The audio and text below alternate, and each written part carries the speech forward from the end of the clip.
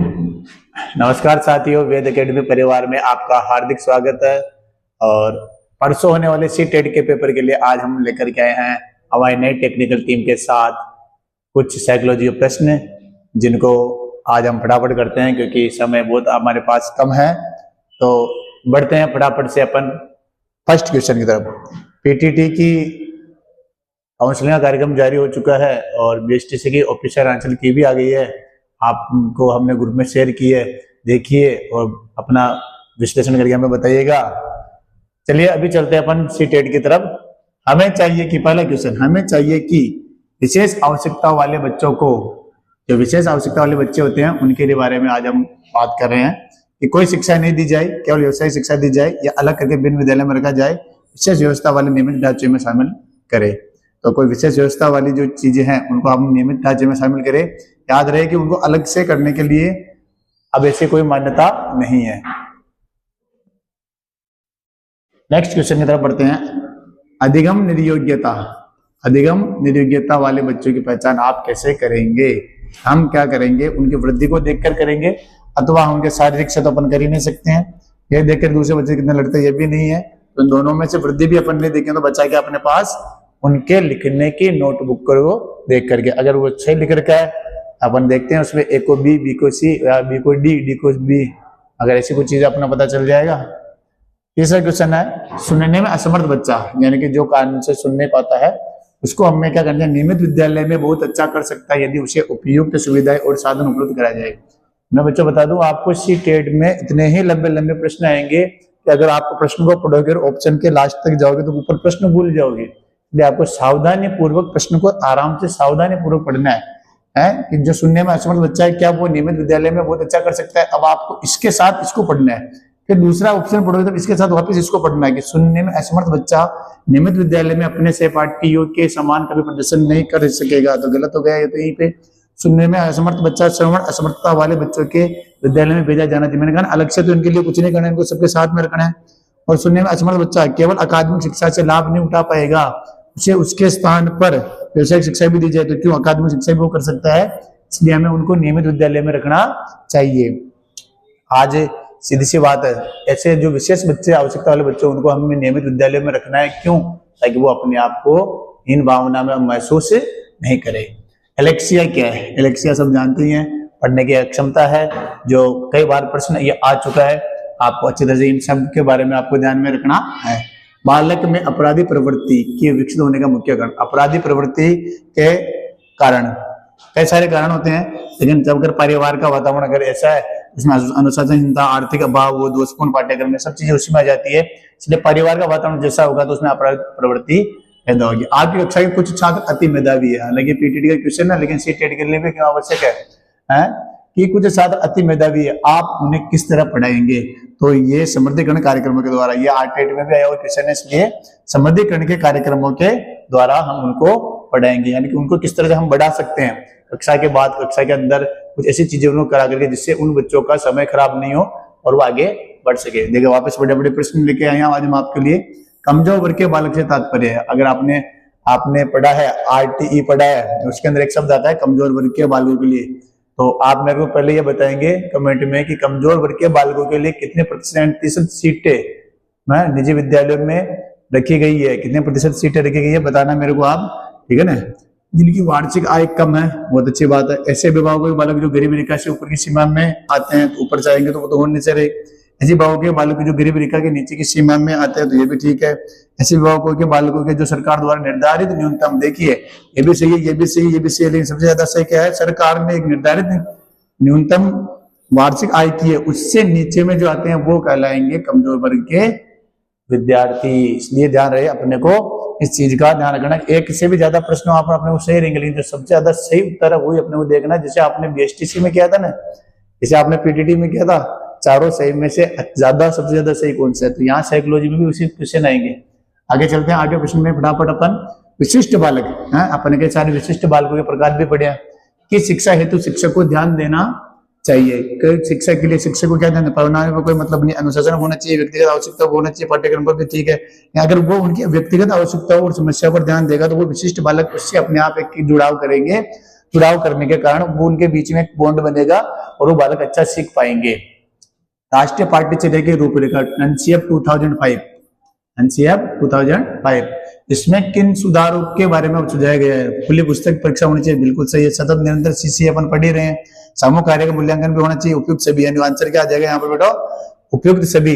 याद रहे 12वीं तक के सब उपयुक्त सभी वाले समय जरूरी नहीं कि सही हो, इसे थोड़ा ध्यान से भी देखना, ठीक है ना। वापस बड़ा क्वेश्चन एक और, वापस एनसीएफ का ही, उसके अनुसार गलतियां, हम जो गलतियां करते हैं वो क्या हमें हमारे लिए क्यों उपयोगी है? ये नीट में भी आया हुआ क्वेश्चन है। एक कक्षा से कुछ बच्चों को हटाने के लिए, हटाने का कोई काम है ही नहीं है।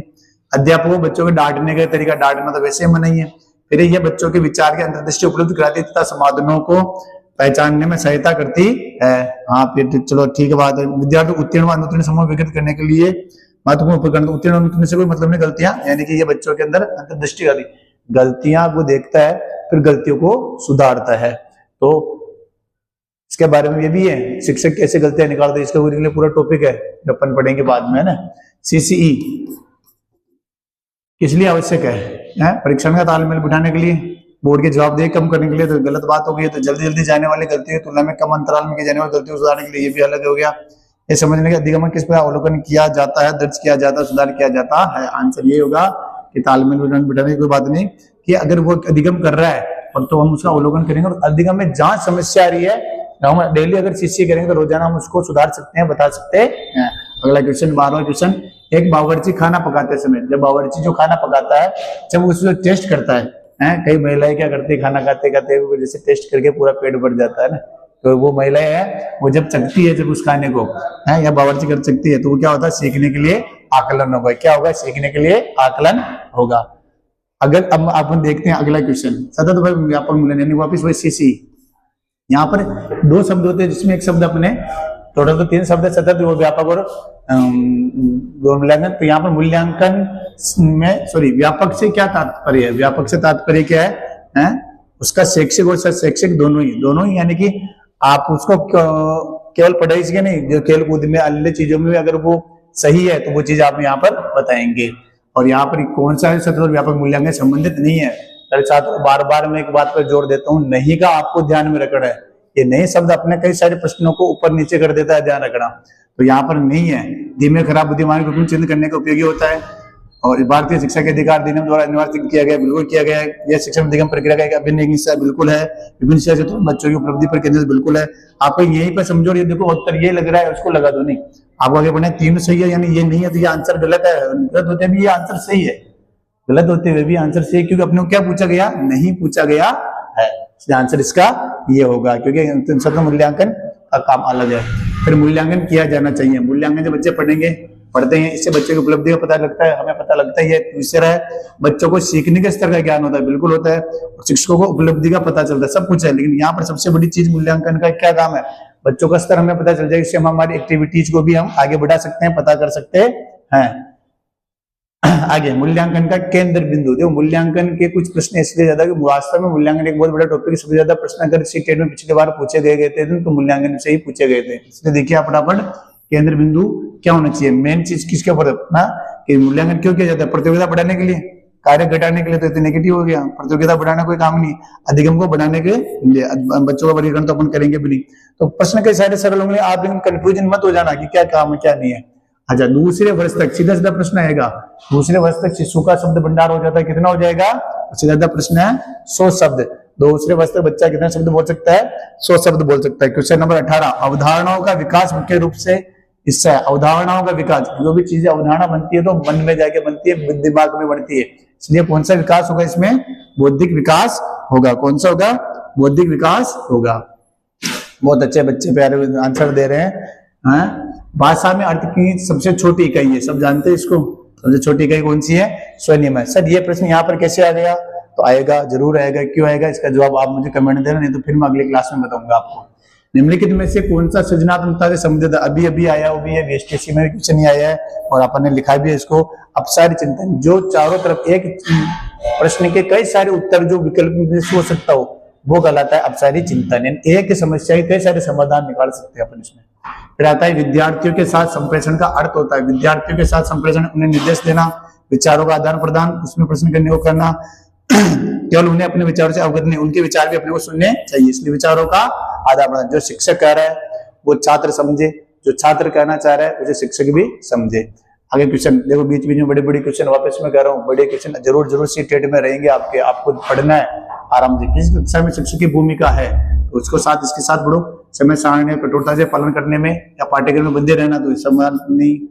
सीखने की विश्वसनीय स्थितियां जुटाना और शिक्षार्थियों को स्वतंत्र चिंतन की सुविधा देना तो अच्छी बात है। अपने ज्ञान से शिक्षार्थियों को परिपूर्ण करना और उन्हें परीक्षा के लिए तैयार करना। परीक्षा के लिए तैयार करना, परिपूर्ण करना कभी परिपूर्ण नहीं होता बालक, सिखाते रहो सीखते रहो, आप भी परिपूर्ण नहीं है मेरे प्यारे छात्रों। आगे चलते हैं। सीधे तरीके से ज्ञान पहुंचाना और शिक्षार्थियों को सही उत्तरों के लिए तैयार करना। सही उत्तर नहीं, उनको करना तो है सीधा। सीखने की विश्वसनीय स्थितियां जुटाना, कि सीख रहे हो उसको अच्छी तरह विश्वास के साथ वो सीखे और स्वतंत्र चिंतन कर सके, अपना विचार वो प्रकट कर सके। नेक्स्ट 3 क्वेश्चन हो रहा है। किस प्रकार से एक अध्यापिका बच्चों को बेहतर समस्या समाधान करता बनने में सहायता करती है। देखिए अध्यापिका इसलिए लिखा है क्योंकि 50% आरक्षण दे दिया, देने के बाद गवर्नमेंट कर रही है, पहले से सोच रखा दिखा इन्होंने तो, है ना। ठीक है, खैर उस बात पर अपन यहाँ बात नहीं करेंगे, अपन अपने एग्जाम पे बात करते हैं। बच्चों को विविध प्रकार की समस्याओं का समाधान करने के मौके देना तथा उनका हल करने में समय सहयोग देना, बिल्कुल सही। समाधान करने के लिए वस्तु रूप में पुरस्कार देना, पुरस्कार नहीं होता है। बच्चों को पाठ्य पुस्तक में उत्तर देने के लिए पाठ्य पुस्तक उत्तर के लिए ठीक नहीं है ना, थोड़ा ठीक है। विद्यार्थियों के सामने प्रस्तुत सभी समस्याओं के समाधान अगर वो उपलब्ध करा दे फिर वो क्या करें, इसलिए सबसे बढ़िया क्या है कि उनको मौके देना, जितने वो समस्या समाधान के लिए मौके लेंगे जिसके लिए उनको फायदा रहेगा। सेकंड लास्ट क्वेश्चन, सीखने के अंतर्दृष्टि सिद्धांत सब जानते हैं गेस्टाल्टवादी। मेरा प्रश्न है कमेंट में कि गेस्टाल्टवादी में किसने प्रयोग किया था और किस पे प्रयोग किया था, उसका नाम बताना है, ठीक है ना। अल्पवयस्क बच्चों के अधिगम प्रक्रम में, अल्पवयस्क जो छोटे बच्चे होते हैं ना उनके अधिगम के अंदर अभिभावकों की भूमिका कैसे होनी चाहिए। याद रहे आजकल अभिभावक बहुत जैसे हो रहते हैं, ये करो वो करो, लेकिन यहाँ पर साफ स्पष्ट है कि अग्र सक्रिय होने, आगे से आगे उनको बताते बताने वाला होना चाहिए। क्योंकि अगर बच्चा 6 घंटे अगर स्कूल में तो 18 घंटे वो अपने माता पिता के पास होता है, इसलिए अभिभावकों को भी अग्र सक्रिय होना चाहिए, हमें ये करना वो करना है। प्यारे छात्रों एक बार आपको पुनः सीटेट के परीक्षा के पेपर के लिए आपको अग्रिम शुभकामनाएं और इसी आशा उम्मीद के साथ कि आप अच्छा करेंगे और हम आपके सहयोग से ऐसे आगे निरंतर आपके लिए वीडियो डालते रहेंगे। जय हिंद, जय भारत।